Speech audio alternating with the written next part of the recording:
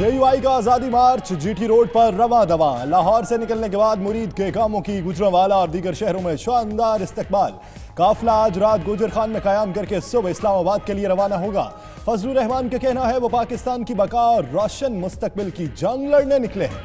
पूरी कौम एक पेज पर है, हुक्मरान इक्तदार छोड़कर अवाम के हवाले कर दें।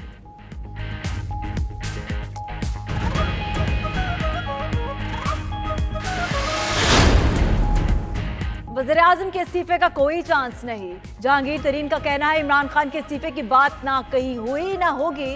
हुकूमत लॉन्ग मार्च से परेशान नहीं है। उधर फवाद चौधरी का कहना है मौलाना ने पूरा मुल्क घूम लिया, अभी तक मुतालबात का पता नहीं चला। दुनिया में करप्शन के खिलाफ लॉन्ग मार्च होते हैं, ये अजीब मार्च है कि एहतसाब का अमल रोक दो।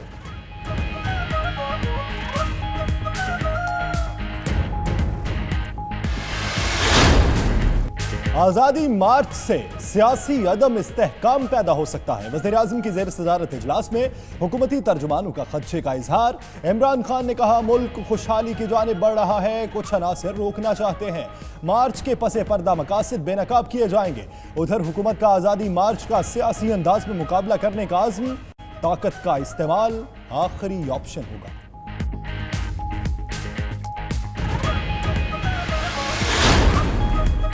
इस्लामाबाद के शहरियों के लिए आज़ादी मार्च पहुंचने से पहले ही मुश्किलात खड़ी होने लगी।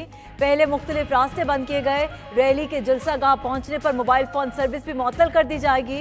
इस्लामाबाद में आज सरकारी तालीमी इदारे और दफातर खुले रखने का फैसला। इस्लामाबाद में निजी स्कूल्स, रावलपिंडी में सरकारी और निजी तालीमी इदारे आज बंद रहेंगे।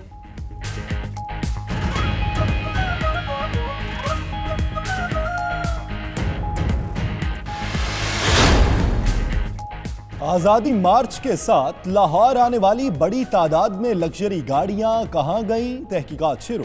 जेयूआई के मुताबिक 1000 से ज्यादा गाड़ियां और वीगो डाले जुलूस में शामिल थे। इस्लामाबाद रवानगी पर लग्जरी गाड़ियों में से 25% भी शामिल नहीं थी। उधर इस्लामाबाद में आजादी मार्च की इंतजामिया का बड़ी केटरिंग कंपनी से राबिता। 60,000 लोगों के बैठने और खाने के इंतजाम किए जाएंगे।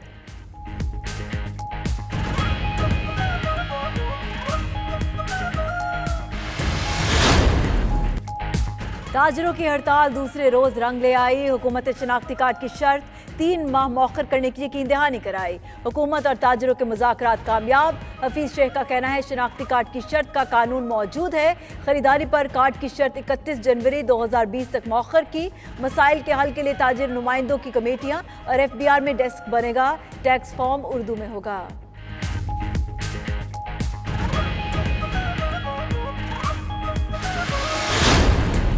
नवाज शरीफ सर्विसेज अस्पताल में ज़ेरे इलाज, नई तस्वीर सामने आ गई। उधर स्टीरॉइड्स देने से नवाज शरीफ का ब्लड शुगर लेवल बढ़ गया।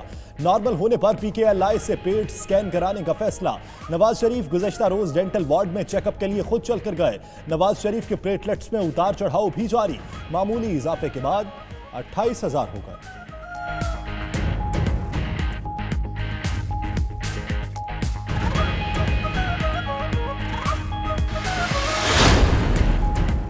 वज़ीर-ए-आज़म इमरान खान से क्यूबा के नायब सदर डॉक्टर रॉबर्टो की मुलाकात।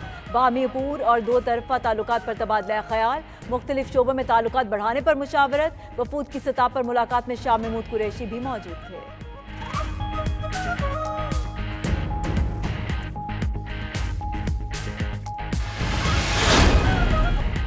सिंध में पोलियो का एक और केस सामने आ गया। सजावल के रिहायशी 3 साला बच्चे में पोलियो की तस्दीक। सिंध में पोलियो केसेस की तादाद 9 हो गई। कराची के 3, हैदराबाद के 2 और लाड़काना का 1 केस भी शामिल।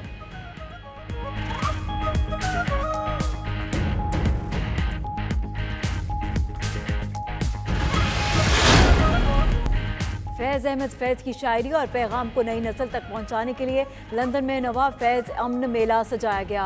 इफ्तिखार आरिफ, आतिफ तौकीर समेत दुनिया भर से फैज़ के चाहने वाले बड़ी तादाद में शरीक हुए।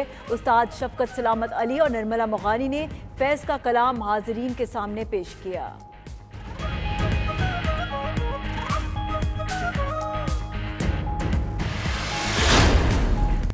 आपने मछली तो बहुत खाई होगी, लेकिन कराची में एक ऐसा रेस्टोरेंट खुला है जहां एक्वेरियम से पसंद की जिंदा मछली निकालें, मसाले लगाकर पकवाएं और मजे से खाएं। शहरियों का कहना है ताजा मछली खाकर मजा आ जाता है।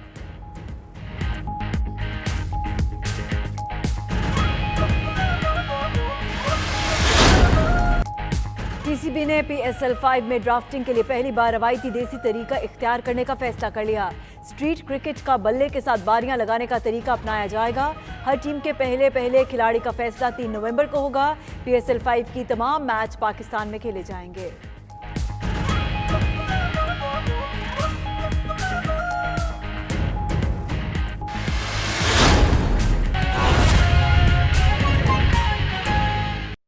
यूनिवर्सिटी ऑफ फैसलाबाद की ज़ेर एहतमाम मेडिकल में दाखिला लेने वाले तलबा और तालिबात के एजाज़ में 3 रोज़ा तारीफ़ी तकरीब का इनेकाद किया गया। इसी पर देखिए फातिमा तुज़ाहरा की ये रिपोर्ट।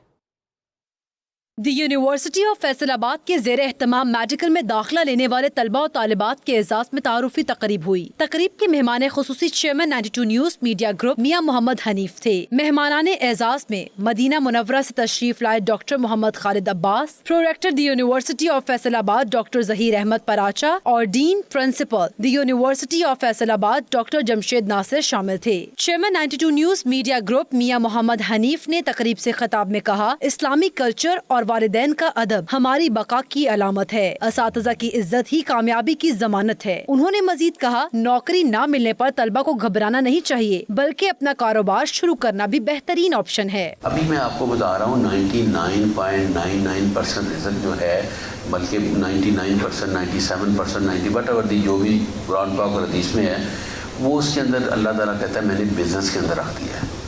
बाकी 5% जो चीजें हैं वो नौकरी के अंदर। हम नौकरी क्यों करना चाहते हैं? Prorector the university of Faisalabad doctor Zaheer Javed Paracha का कहना था कि मदीना ग्रुप इंसानियत की खिदमत में अहम किरदार अदा कर रहा है। पढ़ाई के साथ साथ हमें इंसानियत की खिदमत को भी अपनी तरजीह बनाना चाहिए। माय डियर स्टूडेंट्स, ये जिम्मेदारी है कि तालीम के साथ तरबियत और प्रॉफेट सल्लल्लाहु अलैहि वसल्लम की सीरत पे उसको एग्जाम्पल लेते हुए हमने अपनी बाकी की लाइफ का आगाज करना है। मदीना मुनव्वरा से तशरीफ लाए डॉक्टर मोहम्मद खालिद अब्बास ने इंतहाई अकीदत और पुरसोस अंदाज में नाते रसूल मकबूल सल्लल्लाहु अलैहि वसल्लम पेश की, जिससे शुरका की आंखें नम हो गयीं। कैमरामैन शेर खान के साथ फातिमा तुज़ाहरा, 92 न्यूज़, लाहौर।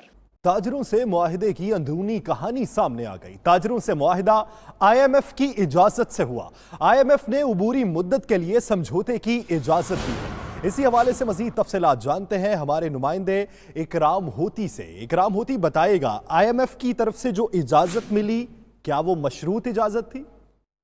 जी बिल्कुल, वो IMF से 2 दफा ये कहा गया, एक परसों और एक कल, कि उनकी जो टीम है उनसे कहा गया और उनके जो यहाँ पे मिशन ऑफिस है उनसे ये कहा गया कि हम ये जो कर रहे हैं ये IMF के किसी भी माहदे को तोड़ने के लिए नहीं कर रहे हैं। तो उन्होंने इनसे वजाहत मांगी। जो वजाहत मांगी तो वो ये थी कि ये हम अबूरी मुद्दत के लिए सिर्फ एक काम कर रहे हैं, वो है कि कोई तादीबी कार्रवाई किसी भी टैक्स पेयर के खिलाफ नहीं करेंगे, और जो रजिस्टर्ड नहीं है और उसने सेल्स की है उसके टर्नओवर पे तादीबी कार्रवाई नहीं करेंगे। तो उन्होंने कहा कि हमें पूरा फुल फार्मूला दिया जाए। तो वो आज दोपहर को फुल फार्मूला IMF को दिया गया, तो उन्होंने मान लिया। उन्होंने माना क्यों, ये मैंने इस पे बात की मशीर खजाना और चेयरमैन FBR से। चेयरमैन FBR से मैंने पूछा कि 3.5 अरब रुपए की आप कह रहे हैं कि इसमें छूट मिल गई है। मैंने मशीर खजाना से पूछा कि ये आपने कंप्रोमाइज किया। दोनों ने ये बताया कि हाँ ये कंप्रोमाइज है, और उनके कंप्रोमाइज की बातें जो है मुझे बाद में पता चली कि ये तो कंप्रोमाइज एक बात पे हुआ है। वो कंप्रोमाइज ये है, यानी हुकूमत की तरफ से फुल फार्मूला दिया गया, फिर इजाजत मिली। बहुत शुक्रिया इकराम होती इस हवाले से अपडेट करने के लिए। जज वीडियो स्कैंडल के मरकजी मुलजिम नासिर भट्ट की पाकिस्तानी हाई कमीशन लंदन के खिलाफ दरखास्त मुस्तरद। इस्लामाबाद हाई कोर्ट ने दस्तावेजात की तस्दीक कराने का हुक्म देने की दरखास्त खारिज कर दी। अदालत ने अपने फैसले में लिखा कि अदालती यकीन दहानी के बावजूद नासिर भट्ट ने अदालत के सामने सरेंडर नहीं किया। इसी पर बात करते हुसैन अहमद हमारे साथ मौजूद है। जी हुसैन, बताइएगा आज की अदालती कार्रवाई के बारे में। जी बिल्कुल, ये नासिर भट्ट की गुज़श्ता रोज दरख्वास्त पर जो समाअत हुई थी उस पर फैसला महफूज हुआ था, और अदालत ने ये फैसला महफूज शुदा फैसला सुनाते हुए नासिर भट्ट की दरख्वास्त जो है वो मुस्तरद कर दी है। और अदालत ने ये अपने हुक्मनामे में लिखा है कि नासिर भट्ट जो है वो जज वीडियो स्कैंडल में नामजद मुलजिम है, और अभी तक उन्होंने वो शामिल तफ्तीश नहीं हो सके, और अदालत की यकीन दहानी के बावजूद वो अदालत में पेश नहीं हो सके। और जब उनके वकील से कहा गया कि वो जो है वो अदालती यकीन दहानी पर जब उन्हें कहा गया कि वो यहाँ पर पेश हों और पेश होकर अपना जो है वो मौक़िफ़ दें और शामिल तफ्तीश हो जाएं। तो उसके बावजूद जो है वो नासिर भट्ट यहाँ पर नहीं आए, लिहाजा उनकी वकील की वजह से भी और नासिर भट्ट की जो खुद अदालत के साथ जो रवैया है उसको देखते हुए अदालत ने नासिर भट्ट की जो है वो लंदन हाई कमीशन के खिलाफ जो दायर दरख्वास्त थी जो कि दस्तावेजात की से मुतल्लिक थी वो अदालत ने मुस्तरद कर दी है और 3 सफ़ात पर यह मुश्तमिल फैसला जस्टिस अतर मिनल्ला जो कि चीफ जस्टिस हाई कोर्ट दरख्वास्त मुस्तरद कर दी गई। बहुत शुक्रिया हुसैन अहमद, आप हमें अपडेट कर रहे थे।